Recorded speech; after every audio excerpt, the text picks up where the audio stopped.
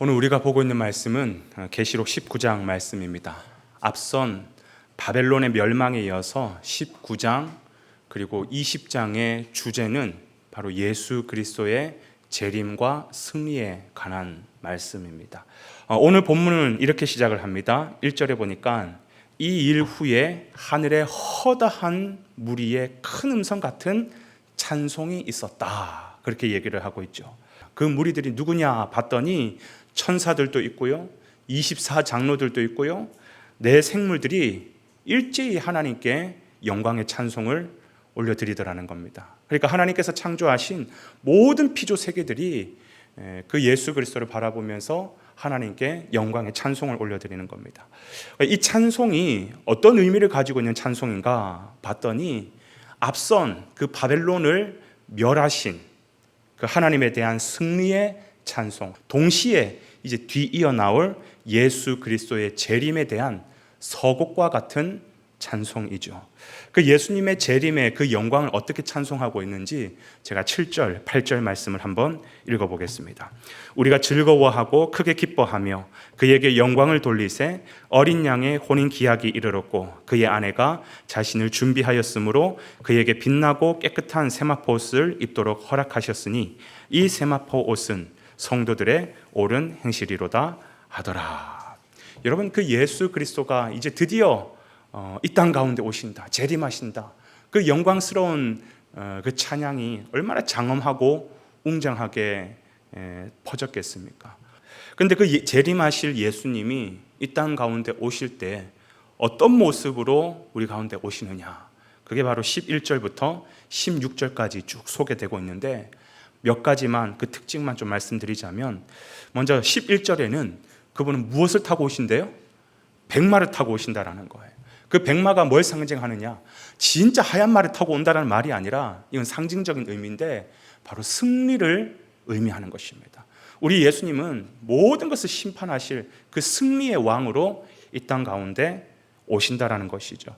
그리고 그분은 12절에 보니까 불꽃 같은 눈을 가졌다 그래요. 이게 뭘 말하느냐, 불꽃 같은 눈이기 때문에 주님 앞에서는 아무것도 숨길 것이 없다라는 거예요. 어느 누구도 숨길 수도 없다라는 것입니다. 세 번째는 머리에는 많은 관을 쓰고 계셨다. 이게 뭘 상징하냐면 이제는 천하 만국을 다스릴 수 있는 그 통치권이 누구에게 넘겨졌느냐, 사단 마귀에게서 이제 예수 그리스도에게 넘겨졌다라는 것을 말하고 있는 것이죠. 그리고 그의 이름이 뭐라 그래요? 충신과 진실이라 그래요. 이게 뭘 의미하느냐, 우리가 정말 마음 놓고 믿을 수 있는 진짜 구주가 우리 가운데 오셨다라는 것을 의미하는 것이죠. 여러분, 이 예수님이 우리 가운데 재림하시면 어떤 일이 일어날까요? 크게 이 땅 가운데는 두 가지의 일이 일어납니다. 그런데 이 두 가지의 일이 서로 다른 두 가지의 일이 아니라 사실은 한 가지의 일인데 보는 각도에 따라서 두 모습이 보이는 거예요. 마치 동전의 양면과 같이. 그러니까 첫 번째 어떤 일이 벌어지느냐, 사탄이 최후 심판을 당하는 그 일이 벌어지겠죠. 19절 말씀입니다. 제가 한번 읽어볼게요. 또 내가 보매 그 짐승과 땅의 임금들과 그들의 군대들이 모여 그 말탄 자와 그의 군대와 더불어 전쟁을 일으키다가 20절 초반에 짐승이 잡히고 이렇게 나오죠, 그죠? 자, 이제 마지막 때 말탄 자, 그 예수님과 그리고 짐승과 이 땅의 임금들, 그 악한 자들의 세력들이 전쟁을 일으킨다 그래요. 그런데 제가 이 본문이 조금 아쉬운 번역이 있다라는 생각이 드는 게 끝부분에 이렇게 표현하죠. 더불어 전쟁을 일으키다가라고 표현했어요. 일으키다가. 어떻게 해석하면 좀 더 이게 정확한 해석이냐면 일으키다가라는 게 아니라 일으키려고 하다가, 이렇게 해석해야지 조금 더 뉘앙스가 전달이 된다는 겁니다. 전쟁을 일으키다가 짐승이 잡혔어요. 그 말은 전쟁이 일어났다라는 말입니까? 안 일어났다라는 말입니까?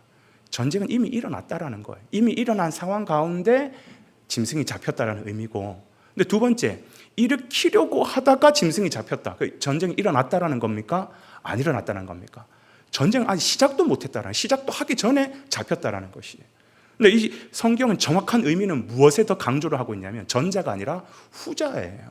일으키려고 하다가 전쟁이 아직 일어나기도 전에 우리 주님께서 짐승들을 확 잡아버리신다라는 거예요. 그러니까 여러분 기억나시죠? 계시록 7장에 사방에서 그 재앙의 바람이 확 불어닥칠 때에 그 모퉁이에서 천사들이 그 재앙의 바람이 불어닥치지 않도록 꽉 붙잡고 있다 그랬어요. 언제까지? 하나님의 종들의 머리에 인칠 때까지, 모두가 인칠 때까지.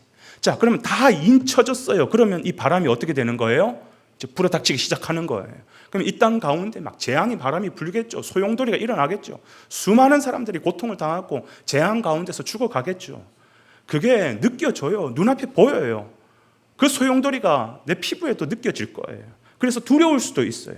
그런데 최종적으로 그 재앙의 바람이 그 인침을 받은 하나님의 종들에게 임합니까? 임하지 않습니까? 절대로 임하지 않는다라는 것이에요. 왜? 우리에게 그 재앙의 바람이 불어닥치기 전에 전쟁을 일으키려고 하다가 짐승이 잡혀버리기 때문에 그 재앙은 우리 눈에 보이고 느껴질 수는 있지만 절대로 우리를 엄습하지 못한다라는 것입니다. 그러니까 여러분, 마지막 심판 때 우리 하나님의 백성들은 전혀 두려워할 필요가 없어요. 세상이 불과 유황으로 완전히 뒤집어지고 하나님께서 심판하실 때 우리 눈앞에 그 모든 상황이 펼쳐지지만 우리 하나님의 백성들은 절대로 두려워할 필요가 없는 것입니다. 그렇기 때문에 이것이 동전의 양면과도 같다라고 제가 표현한 게 뭐냐면, 그러면서 동시에 또 어떤 일이 또 하나님의 백성에게는 일어나냐면 사탄의 심판은 곧 우리의 뭐예요? 승리를 말하는 것입니다. 잔칫날이라는 것이에요. 그래서 오늘 본문에 보면 어린 양의 혼인잔치가 기록되어 있는 것이죠. 9절 말씀을 제가 한번 읽어보겠습니다. 천사가 내게 말하기를 기록하라. 어린 양의 혼인잔치에 청함을 받은 자들은 복이 있도다 하고, 또 내게 말하되 이것은 하나님의 참되신 말씀이라 하기로. 그러니 기억하십시오. 세상 마지막 날에는 슬퍼하며 통곡하는 무리가 있고요, 또 반대쪽에는 동시에 기뻐하며 감사하며 찬양 올려드리는 그런 무리들이 있을 것이다. 한순간에 그것이 같이 일어날 것이다. 이 마지막 때로 예수님은 어떻게 비유하셨냐면 마태복음 25장에 이렇게 비유하셨어요. 좌측에는 나를 전혀 믿지 않은 악한 무리들이 있고, 우측에는 정말 내 사랑하는 내 신부와 같은 내 종들이 있을 것이다. 그 좌측에 있는 사람들을 어떻게 표현해요? 비유해요? 염소물이라고 표현하고 있고, 우측에 있는 사람들은 무슨 물이라고 표현해요? 양물이라고 표현하는 것이에요. 저는 이 마지막 때 주님 앞에 섰을 때 우리 동산의 모든 성도님들은 염소의 무리에 가 있는 분들이 아니라 모두가 양무리들이 되시기를 주님의 이름으로 축원을 드립니다. 그럼 누가 양무리라고 표현하고 있어요? 성경은 어린 양의 혼인잔치에 청함을 받은 자들이 양무리라고 얘기하고 있는 거예요. 그럼 어떤 사람이 그 어린 양 혼인잔치에 청함을 받는다라고 얘기하고 있어요? 인침을 받은 사람. 인침을 받은 사람은 곧 믿음으로 살아서 성령의 인침을 받은 사람이겠죠. 즉 믿은 사람, 신자를 말하는 것입니다. 그래서 우리는 오늘 이 아침에 나의 믿음에 대해서 깊이 한번 생각해 봐야 돼요. 내 믿음은 하나님께서 보시기에 아름다운 믿음인가? 내 믿음은 하나님 보시기에 진짜 믿음인가? 여러분, 우리의 믿음이 진짜인지 가짜인지 언제 드러나는지 압니까? 그리고 내 믿음이 더 성숙해지기 위해서 언제 그것이 자라나고 성장하는지 아십니까? 내가 이 땅 가운데 살면서 잘 나갈 때요? 내가 원하는 것 척척 다 이루어지고 소원 성취가 될 때요? 그때 막 내 믿음이 자랍니까? 반대입니다. 여러분, 그렇기 때문에 하나님은 때로는 하나님의 백성들이지만, 성도지만 심판이 이르기 전 이 땅 가운데서 우리가 신앙생활하며 살아가는 상황 가운데서 때로는 하나님은 우리에게 고난과 환경과 역경 가운데로 인도하십니다. 왠지 아세요? 우리의 믿음이 진짜 믿음 되게 하시기 위해서. 하나님께서 체질하실 때 가라지처럼 떨어져 나가는 것이 아니라, 하나님, 내가 어떤 상황에도 나는 하나님 바라봅니다. 내 믿음은 진짜입니다 라는 것을 증명해 보이고, 그 하나님 앞에서 그 믿음을 키워나가시는 저와 여러분의 하루의 삶이 되시기를 주님의 이름으로 축원해 드립니다.